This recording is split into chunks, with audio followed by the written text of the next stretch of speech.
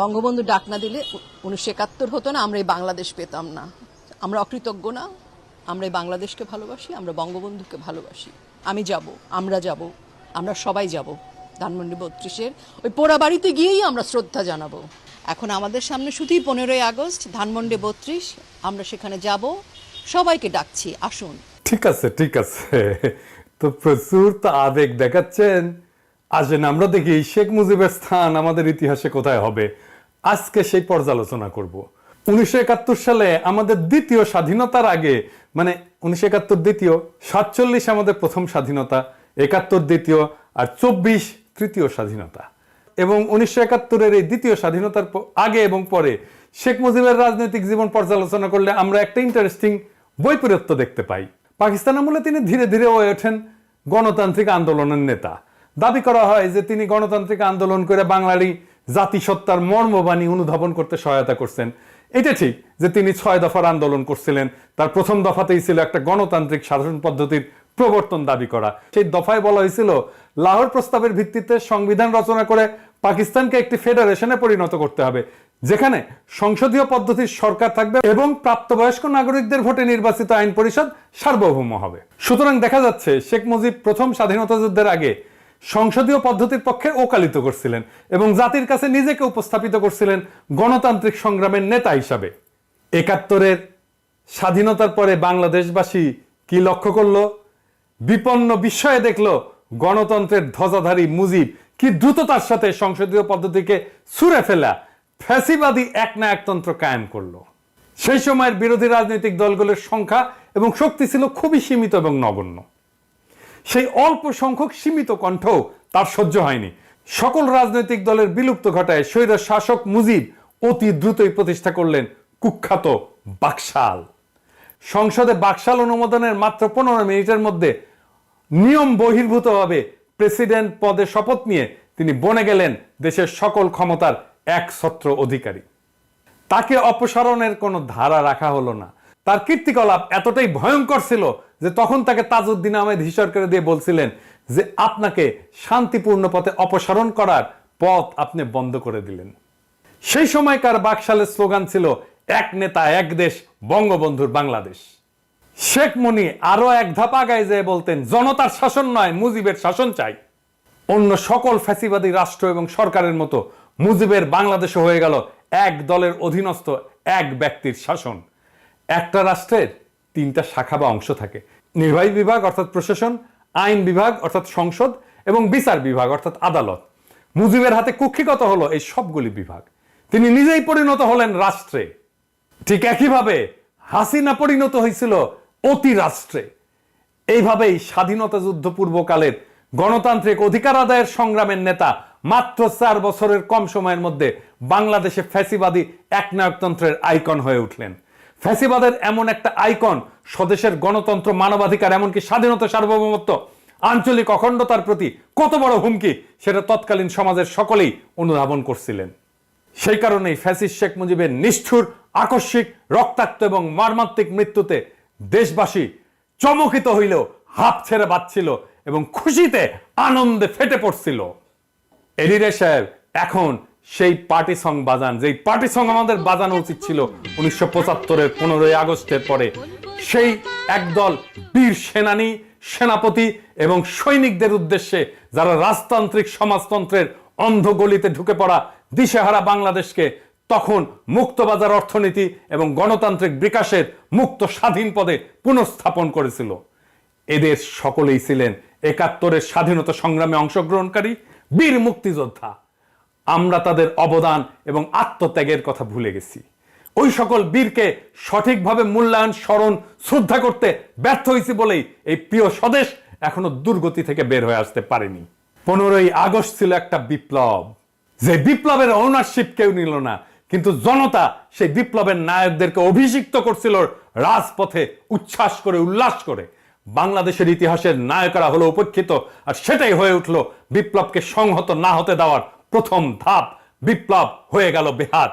সে বিষয়টা আজকে আর আলাপ না করি, কিন্তু আমি অগাস্ট বিপ্লবের সমস্ত সেনানায়কদেরকে, সমস্ত সৈনিকদেরকে আমার বিপ্লবী সালাম জানাই। আজ আবার একটু হিসাব মিলায় দেখা যাক। স্বাধীন বাংলাদেশের প্রথম শাসক শেখ মুজিব কি কি মহা অপকর্ম করছিল। স্বাধীন দেশে সরকারিভাবে বিচার বহির্ভূত প্রথম হত্যাকাণ্ডটি ঘটে শেখ মুজিবের নির্দেশে। বিপ্লবী বামপন্থী নেতা সিরাজ শিকদারকে খুন করেই তিনি ক্ষান্ত হন নাই। জাতীয় সংসদে দাঁড়িয়ে দম্ভভরে চিৎকার করে ঘোষণা করছিলেন, কোথায় সেই সিরাজ শিকদার? তখনই দেখা গেছে শেখ মুজিবুর রহমান নিজেকে মানুষের বাঁচা মরার নিয়ন্তা ভাবতে শুরু করছিলেন। বিপ্লবী সিরাজ শিকদারকে খুন করার মধ্যে দিয়ে মুজিব বিচার বহির্ভূত হত্যা এবং খুন গুমের কালো হাত উদ্যত করছিলেন। শীঘ্রই তা বহুগুণে সম্প্রসারিত হয়েছিল তৎকালীন বৈষম্য বিরোধী সংগ্রামরত হাজার হাজার বাম প্রগতিশীল নেতা কর্মী সংগঠকদের দিকে। কেউ রেহাই যায় নাই। জাসদ থেকে শুরু করে সিপিবি আদর্শবান এমন সকল যুবকেরা তখন বিশ্বাস করত মুজিব জাতির সাথে প্রতারণা করছে, স্বাধীনতা যুদ্ধের মূল উদ্দেশ্যগুলি বিসর্জন দিছে, বিশেষ করে একটি সাম্যভিত্তিক গণতান্ত্রিক সমাজ প্রতিষ্ঠার লক্ষ্যের সাথে বিশ্বাসঘাতকতা করে ক্ষমতা কুক্ষিগত করছে। মুজিব আমলে তার তৈরি কুখ্যাত রক্ষী বাহিনীর হাতে নিহত হন প্রায় 30,000 তরুণ যুবক, যারা ছিলেন আজকে বাংলাদেশের চলমান ছাত্র আন্দোলনে অংশগ্রহণকারীদের মতোই আত্মোৎসর্গের জন্য প্রস্তুত অকুতভয় তরুণ সম্প্রদায়। মুজিব আমলেই শুরু হয় নির্বাচনী কারচুপি।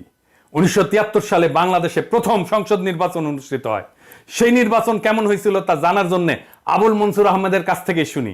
উনি লিখতেছেন, শেখ মুজিব প্রবীণ ও দক্ষ পার্লামেন্টেরিয়ানদেরকে পার্লামেন্টে ঢুকিতে না দিবার জন্য সর্বশক্তি নিয়োগ করিলেন। আমি দেখিয়া খুবই আতঙ্কিত ও চিন্তাযুক্ত হইলাম যে নির্বাচন চলাকালে আওয়ামী নেতৃবৃন্দ অপোজিশনের প্রতি যে মনোভাব অবলম্বন করিয়াছিলেন সেটা সাময়িক অবিবেচনা প্রসূত ভুল ছিল না। তারা যেন নীতি হিসাবেই এই পন্থা গ্রহণ করিয়াছিলেন। নির্বাচনের ফলে অপোজিশন একরূপ শূন্যের কোঠায় পৌঁছাইছিল। আবুল মনসুর আহমেদ ইনি ছিলেন শেখ মুজিবের রাজনৈতিক গুরু এবং আমাদের মাহফুজা নামের বাবা। সে নিশ্চিতভাবে জিততো, আওয়ামী লীগ নিশ্চিতভাবে জিততো বা সংখ্যাগরিষ্ঠ হইতো, তাও কেন এই ঘৃণিত কারচুপি সে করলো? এটা নিয়ে অনেকেই বিস্মিত হয়েছিলেন, কিন্তু উত্তর পান নাই। আজ আমরা সেই উত্তর শুনবো। কেন নিশ্চিত বিজয় যেন কারচুপির পথে শেখ মুজিব অগ্রসর হয়েছিল। সেই নির্বাচনে আওয়ামী লীগ পাইছিল 300-র মধ্যে 292টা। 10টা সিটের কম পাইলে সরকারিভাবে পার্লামেন্টে বিরোধী দল হওয়া যায় না। ফলে বাংলাদেশে মুজিবের প্রথম এবং একমাত্র নির্বাচনে সৃষ্ট পার্লামেন্টে কোনো বিরোধী দল ছিল না। এটা আমরা কেউ জানি না। পরবর্তীতে একদলীয় ব্যবস্থা প্রবর্তনের প্রাথমিক পদক্ষেপ ছিল এইটা। তার মানে সামান্যতম সংসদীয় বিরোধিতা সে টলারেট করবে না। সেই জন্যই সে নীতি হিসেবে গ্রহণ করছিল, যেটা নিশ্চিত হওয়া সত্ত্বেও বিপুল ব্যাপক কারচুপির মাধ্যমে সংসদে 292টা আসন নেওয়া যেন কোনোভাবে কোনো সংসদীয় বিরোধী দলও না থাকে। একই কাজ করছিল আমাদের গতদামি নির্বাচনে হাসিনা মুজিবের মাইয়া। মুজিবের আরেকটা কুকর্ম ছিল লুটপাটের রাজত্ব কায়েম করা। তার দল পরিবারের লোকজন দুস্থ অসহায় সংখ্যালঘুদের সহায় সম্পত্তি, বাড়িঘর দখল, রেশন কার্ড, পারমিট বাণিজ্য, চোরাচালান, খাদ্যদ্রব্যের মজুতদারি, এই সমস্ত অপরাধমূলক কাজকে মূল অর্থনৈতিক এবং বাণিজ্যিক কর্মকাণ্ড হিসেবে প্রতিষ্ঠা করছিল। তখনকার রাজধানী ঢাকার দুর্দশাগ্রস্ত এক রাতে তার বড় ছেলে শেখ কামাল সাঙ্গপাঙ্গ নিয়ে দেশের কেন্দ্রীয় ব্যাংক এলাকায় মানে মতিঝিল এলাকায় পুলিশের গুলি খায় হাসপাতালে ভর্তি হয়েছিল। কি করতে গেছিল আপনারাই বুঝে নেন। ডাকসুর নির্বাচন পর্যন্ত নিশ্চিত হার যায় না, ব্যালট বাক্স ছিনতাই করছিল। এই শেখ কামাল শেখ মুজিবের কুপুত্র একটা ঝুট খোলা জিপ নিয়ে দাপায় বেড়াইতো তার গুন্ডা বা সঙ্গীদের নিয়ে সারা ঢাকা, যারে পাইতো তারাই তারা করতো। আহমেদ সফারে তারা করছিল নিউ মার্কেট এলাকায়, তারা করছিল আহমেদ সফা, জান নিয়ে দৌড় দিছিল এই শেখ কামাল। শেখ মুজিব গোপালগঞ্জ থেকে আসা সামন্ত প্রভুর মতো করে দেশ চালাইতে চাইছিল। তিনি হয়তো নিজেকে গোপালগঞ্জের রাজবংশের প্রতিদ্বন্দ্বী মুসলিম শাসক মনে করতেন। এমনই ছিল তার জ্ঞান গরিমার সর্বোচ্চ স্তর। কোনো লেখাপড়া জানতো না, কিছু লেখাপড়া করে না। তার সাথে জেল খাটছে এরকম একজনের কাছ থেকে আমি শুনছি, আমি আর নাম না কই আর কয়াই দিই, ওই যে মূলধারা 71-এর লেখক। উনি বলছিল আমাকে যে শেখ মুজিব একটা বই নিয়ে যায় জেলখানায় যাওয়ার সময়, আর ওই বইয়ের এক পৃষ্ঠা সারাক্ষণ পড়ে এবং জেল থেকে বের হওয়ার সময় ওই এক পৃষ্ঠা সে শেষ করতে পারে না। ও দেখায়, কেউ আসলে দেখা বই খুলে দেখায় যে আমি বই পড়িচ্ছি, আর ওই এক পৃষ্ঠা সে জীবনে শেষ করতে পারে না। এই হচ্ছে ওর জ্ঞান গরিমার স্তর। মুজিবের অর্থনৈতিক নীতি দেশকে এতই ভয়ঙ্কর পরিস্থিতির মধ্যে ফেলছিল যে 1974 সালে বাংলাদেশ এক ভয়াবহ দুর্ভিক্ষে পতিত হয়েছিল। মুজিব সৃষ্ট সেই দুর্ভিক্ষে কয়েক লক্ষ দরিদ্র পীড়িত নিঃস্ব নিরীহ মানুষ মৃত্যুবরণ করছিল, আর দারিদ্র্যের সীমানার নিচে পতিত হয়েছিল 65% বেশি মানুষ। নোবেলজয়ী অর্থনীতিবিদ অমর্ত্য সেন তার গবেষণায় দেখাইছিলেন সেই দুর্ভিক্ষ খাদ্যের অভাবের জন্য ঘটেনি, ঘটছিল মজুদদারির কারণে। আর মুজিব কতই নির্লজ্জ, এই দুর্ভিক্ষের সময় সে তার ডাইনিং টেবিল সাজায় 14 পদের খাবার দিয়ে সে লাঞ্চ করত, সেটা আবার পত্রিকাতেও ছাপা হইতো। কেমন নির্লজ্জ একটা। এমন পরিস্থিতিতে মুজিব যখন দেখলো যে সমাজ এবং দেশে প্রতিবাদ বিক্ষোভ ক্রমশ বেড়ে যাচ্ছে, তখন যৎসামান্য গণতান্ত্রিক ব্যবস্থা বা পরিসর যা অবশিষ্ট ছিল তাও খেয়ে ফেললেন। গণতন্ত্রের পথ অনুসরণ না করে প্রবল স্বৈরাচারী ব্যবস্থা অর্থাৎ লৌহ কঠিন শ্বাসরুদ্ধকর ফ্যাসিজমের পথে পা বাড়াইলেন। শাসন এবং শোষণ করার সবচেয়ে অগণতান্ত্রিক এবং নিষ্ঠুর রাস্তাটি বেছে নিলেন শেখ মুজিব। দেশবাসীকে ভাওতা দেওয়ার জন্য তথাকথিত সমাজতন্ত্রের নামে রাষ্ট্রবিনাশী ফ্যাসিবাদী একনায়কতান্ত্রিক বাকশাল কায়েম করছিলেন। আর এই বাকশালের সহযোগী ছিল সিপিবি, এই বাংলাদেশের সিপিবি, এই মুজাহিদুল ইসলাম সেলিম বাকশালের সহযোগী ছিল। যেদিন বাকশাল কায়েম হয়, এই মুজাহিদুল ইসলাম সেলিম ছাত্রলীগের সাথে মিলে আনন্দ মিছিল বাইর করছিল ঢাকার রাজপথে। আওয়ামী লীগের অফিস পুরাই দিচ্ছেন, সিপিবির অফিস কেমনে থাকে? সিপিবির অফিস দখল করেন, সিপিবির অফিসকেও জনগণের অফিস বানান। ওই অফিস থেকে ফ্যাসিবাদের সহযোগীদের উচ্ছেদ না করে দিলে বাংলাদেশের মুক্তি নাই।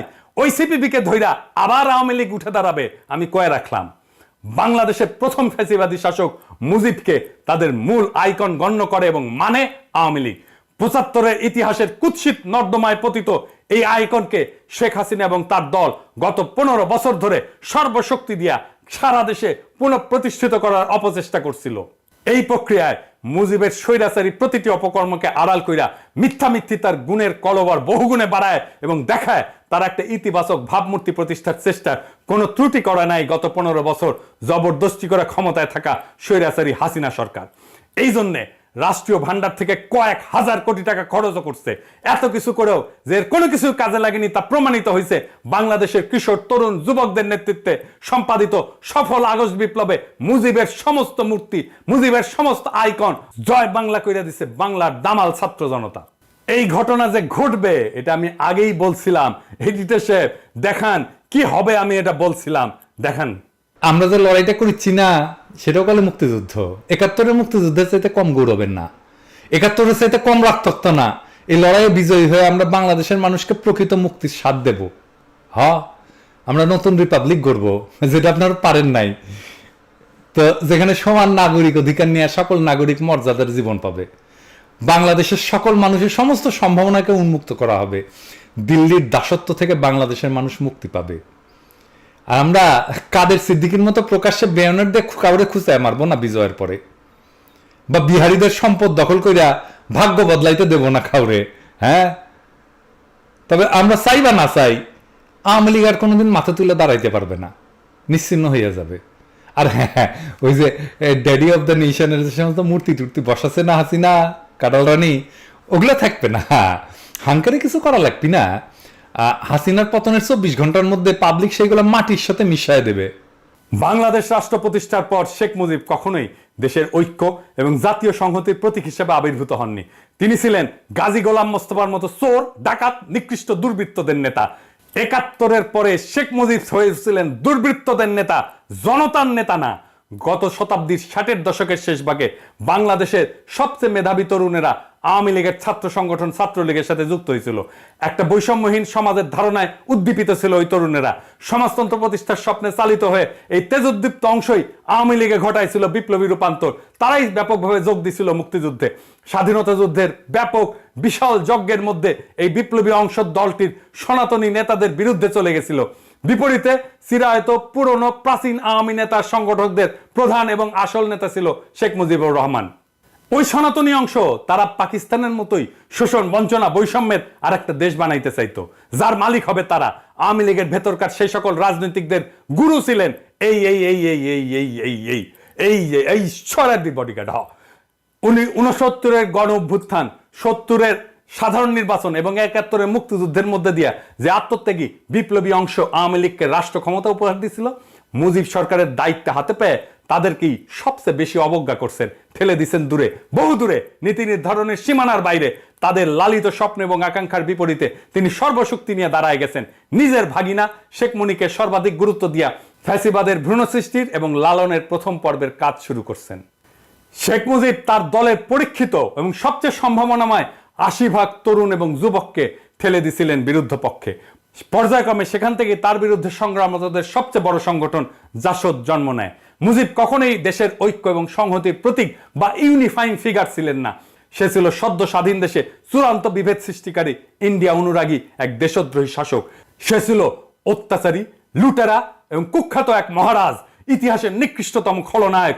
তার খুনি পাপিষ্ট কন্যা শেখ হাসিনা, মা দুর্নীতি এবং দুর্বৃত্তপরায়ণ শেখ পরিবার এবং ফ্যাসিস্ট দল আওয়ামী লীগ দেশবাসীর কাছে এই ঘৃণিত নিকৃষ্ট ব্যর্থ শাসক মুজিবকে নানান মহিমায় মহিমান্বিত করে দলীয় সম্পত্তি এবং প্রশ্নহীন আনুগত্য প্রতিষ্ঠার ভয়ঙ্কর প্রতীকে পরিণত করছিল, যা আগস্ট জনরোষের আগুনে পুড়ে কয়েক ঘন্টার মধ্যে নিশ্চিহ্ন হয়ে গেছে। হাসিনা কিভাবে মুজিবের ঐতিহ্যকে বহুগুণে ছাড়াই গেছে, আসেন সেটা দেখি। প্রথমত, শেখ মুজিব সদ্য স্বাধীন এবং অপার সম্ভাবনাময় বাংলাদেশে নির্বাচন ব্যবস্থার কারচুপির যে ধারা শুরু করছিল, খুনি হাসিনা সেই জাল জালিয়াতিকে আরো ভয়াবহ পর্যায়ে অধঃপতিত করছে। ভোটচোর হাসিনা প্রকৃতপক্ষে নির্বাচনকে নির্বাসনে পাঠায় দিছিল। গত 7ই জানুয়ারিতে অনুষ্ঠিত ভোটারবিহীন ডামি নির্বাচনের মধ্য দিয়ে সে জনপ্রতিনিধিত্ব যাচাইয়ের ব্যবস্থা ধ্বংসের নিকৃষ্ট সকল ধারণাকে অতিক্রম করে পৃথিবীতে কলঙ্কের এক নতুন দৃষ্টান্ত স্থাপন করছিল। দ্বিতীয়ত, মুজিবের একটা গুম বাহিনী ছিল, সাদা টয়টায় ঘুরে বেড়াইতো, যাকে তাকে তুলে নিয়ে যেত তাকে আর খুঁজে পাওয়া যেত না। একই রকম ভাবে হাসিনারও গুম বাহিনী ছিল। খুনি হাসিনা বিচার বহির্ভূত হত্যাকাণ্ডে এত ব্যাপকভাবে বৃদ্ধি করে যে এক পর্যায়ে আমেরিকা র্যাবের উপরে নিষেধাজ্ঞা জারি করতে বাধ্য হয়। এটাই ছিল দস্যুরানী হাসিনার বিশাল উন্নয়ন ঘটানোর সহস্র গল্পের পিছনে লুকায় থাকা তার আসল কাহিনী। তার আমলে হাজার হাজার লোক মারা গেছে, অজস্র মানুষের জীবন প্রদীপ নিভে গেছে, অসংখ্য মানুষ পঙ্গু হয়েছে, দৃষ্টিশক্তি হারাইছে, দেশান্তরী হয়েছে। পুলিশ, আনসার, র্যাব, বিজিবি এবং আওয়ামী লীগ ও তার বিভিন্ন অঙ্গ সংগঠন এবং ভয়ঙ্কর ছাত্রলীগের সন্ত্রাসী হামলায় প্রাণ হারাইছেন বহু নারী পুরুষ। স্বদেশের শত শত নাগরিককে গুম করা হয়, তাদের উপরে চালানো হয়েছে অমানবিক নির্যাতন। এমন নির্মম অত্যাচারের জন্য তার যে সমস্ত বন্দিশালা বা আয়নাঘর তৈরি করছে, সেই সব দেখে এবং সেখানে আটকদের উপরে ভয়াবহ নিপীড়নের বিবরণ শুনে দেশবাসী এবং বিশ্ববাসী আজ স্তম্ভিত এবং বাকরুদ্ধ হয়ে পড়ছে। তৃতীয়ত, স্বৈরাচারী মুজিব লুটপাটের যে রাস্তা তার মেয়েকে দেখায় দিয়েছিল, খুনি হাসিনার আমলে সেই সড়ক দৈর্ঘ্যে প্রস্থে শতগুণে বেড়া গোটা অর্থনীতিকে গিলে ফেলছে। আজ অবস্থা এমন পর্যায়ে পৌঁছেছে যে হাসিনা সামান্য পিয়নো 400 কোটি টাকার মালিক বনে গেছে। উন্নয়নের ধোঁয়া তুলে হাসিনা এবং তার লেসপেন্সারেরা এবং সহযোগীরা দেশ থেকে 80 বিলিয়নেরও বেশি ডলার বিদেশে নিয়ে গেছে। তার উৎসাহ এবং প্রত্যক্ষ সহযোগিতায় এই সমস্ত লুটেরাদের জন্য বিভিন্ন উন্নত দেশে তৈরি হয়েছে বেগমপাড়া। চতুর্থত, দেশের সকল বিরোধী দলের বিরুদ্ধে অভূতপূর্ব দমন নীতি চালায়।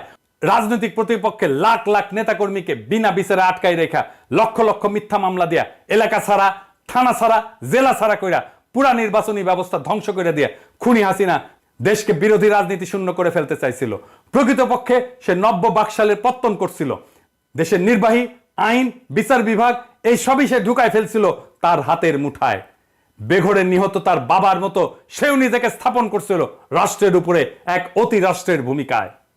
পঞ্চমত, ভিন্ন আরেক দিক থেকে তুলনা করলে মুজিবের বাকশালের চেয়ে খুনি হাসিনার নব্য বাকশাল ছিল অনেক বেশি ভয়ঙ্কর। আর তা হলো আইকন মুজিবের আদলে সে ফ্যাসিবাদী বাকশালী শাসন কায়েম রাখার জন্য লক্ষ প্রাণের বিনিময়ে অর্জিত আমাদের স্বাধীনতা, সার্বভৌমত্ব, আঞ্চলিক অখণ্ডতাকে বিসর্জন দিয়া দেশটাকে ইন্ডিয়ার উপনিবেশ বানায় দিছিল।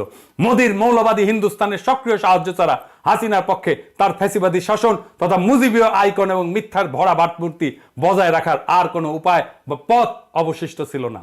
জরুরি আর একটা দিক আমাদের নিরীক্ষা করা উচিত। কি সেই দিক? আইকন হিসাবে মুজিবকে মেনে নিলে তা কেবল খুনি হাসিনা এবং তার পরিবারের ফ্যাসিবাদী শাসনের অধীনে প্রজন্মের পর প্রজন্ম কাটানোর জন্য যথেষ্ট ছিল না। একই সাথে আওয়ামী লীগ ইন্ডিয়ার কাছে গোটা বাংলাদেশকে বন্ধক দিয়া মুসলিম বিদ্বেষী এই প্রতিবেশী দেশের উপনিবেশের প্রজার দুর্ভাগ্য বরণে বাধ্য করতে চাইছিল আমাদেরকে। এর বিরুদ্ধে আমরা আমাদের দ্বিতীয় মুক্তিযুদ্ধ শুরু করছিলাম। আমরা জানতাম এই যুদ্ধে জিততে হলে মুজিবের হাত ধরে আসা বাকশালী ফ্যাসিবাদকে চিরতরে কবর দিতে হবে। নারী পুরুষ নির্বিশেষে বাংলাদেশের কিশোর তরুণ যুবকেরা তা করে দেখাইছে।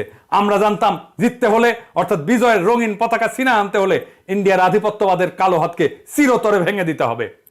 বাংলাদেশের বীর জনতা হেলিকপ্টার, গানশিপ, আর্মাড ভেহিকল, গুলি, স্নাইপার, টিয়ার গ্যাস, লাঠির মুখোমুখি দাঁড়ায়, শত শত প্রাণ বিসর্জন দিয়ে হাজার হাজার চোখ হারিয়ে অঙ্গহানি ঘটায় মহাগৌরবের সাথে দেশের জন্য পবিত্র সেই কর্তব্য এবং দায় সম্পন্ন করছে।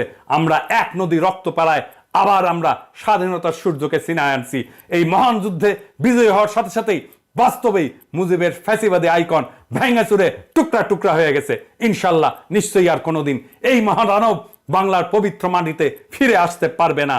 সুতরাং আজকে পরাজিত শক্তির যেসব এজেন্টেরা 15ই আগস্টকে জাতীয় শোক দিবস হিসেবে পালন করার ধৃষ্টতা দেখায়, প্রস্তাব করে, তাদেরকে স্পষ্ট ভাষায় বলে দিতে চাই, গণতন্ত্র হত্যাকারী মুজিবী আইকনের স্থান নব্য স্বাধীন দেশে আর কখনোই হবে না। এই ধরনের অপচেষ্টা আপনারা বন্ধ করেন। এই মোহ চিরদিনের জন্য ত্যাগ করেন। প্রাণপ্রিয় মাতৃভূমিতে এই দিবসটি আর কোনোদিনই মুজিবের নামে পালন করা হবে না ইনশাল্লাহ।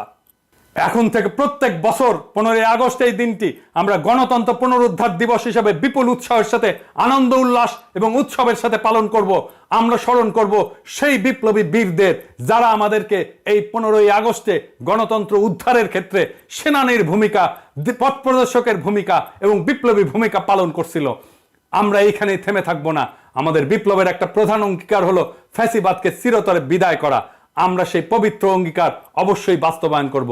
যারা ফ্যাসিবাদকে ফিরে আনতে চায়, একে পুনর্বাসন করতে চায়, তাদেরকে হুঁশিয়ার করে বলতেছি, এখানে থামেন।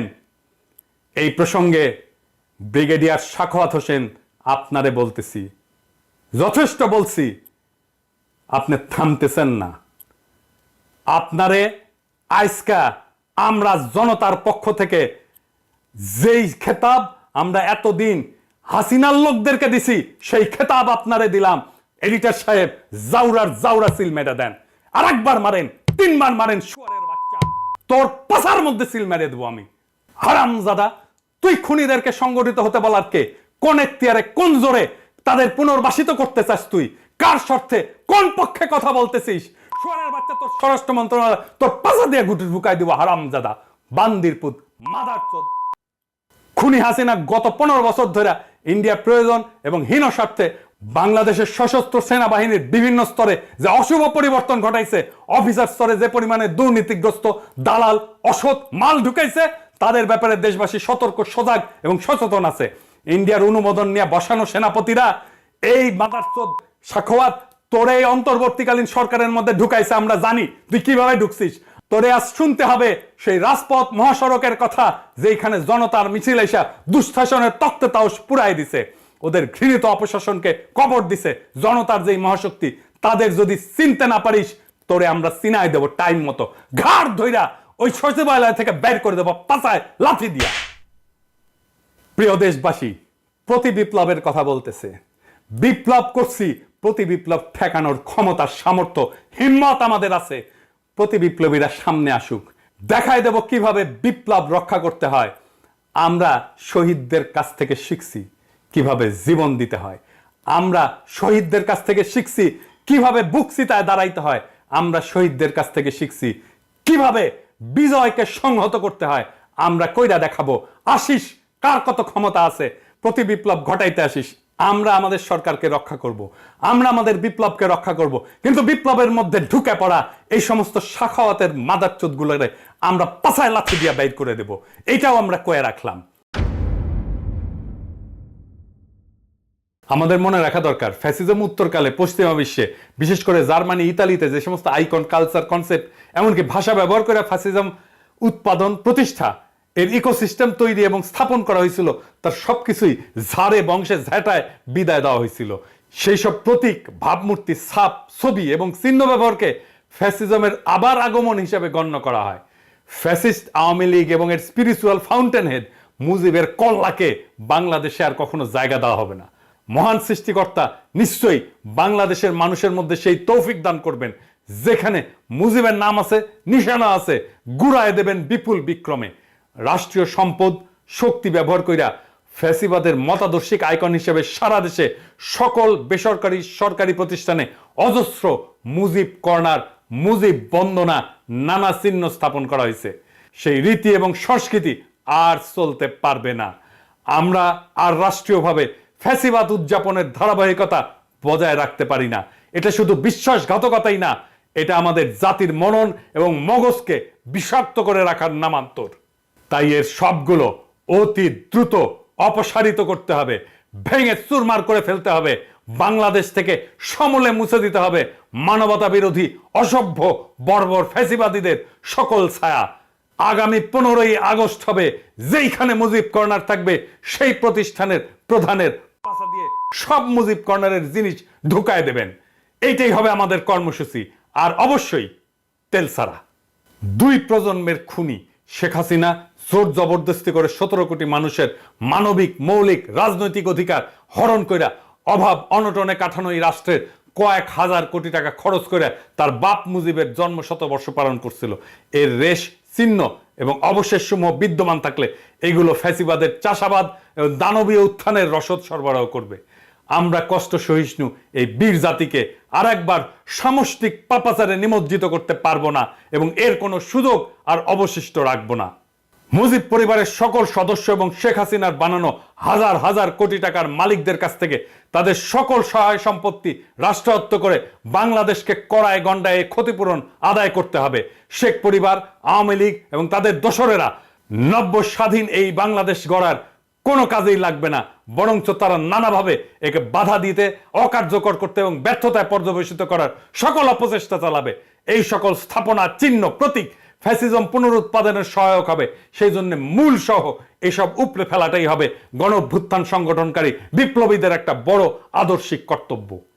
সমাজ, সরকার ও রাষ্ট্র থেকে ফ্যাসিবাদীদের উৎখাতে দ্বিতীয় বিশ্বযুদ্ধের পর জার্মানি এবং ইতালিতে যে সমস্ত পদক্ষেপ পদ্ধতি গ্রহণ করা হয়েছিল, বর্তমান বাংলাদেশের পরিস্থিতি ও পরিপ্রেক্ষিত বিবেচনা নিয়ে আমরাও তার প্রয়োগ এবং বাস্তবায়ন করব, যাতে দানব সৃষ্টি হওয়ার মতো সকল দুষ্টক্ষত সমাজ দেহ থেকে চিরতরে দূর করা যায়।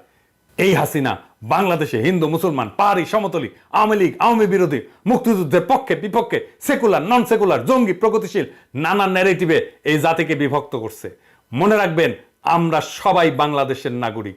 আমাদের সবার সমান অধিকার এই দেশের সম্পদে।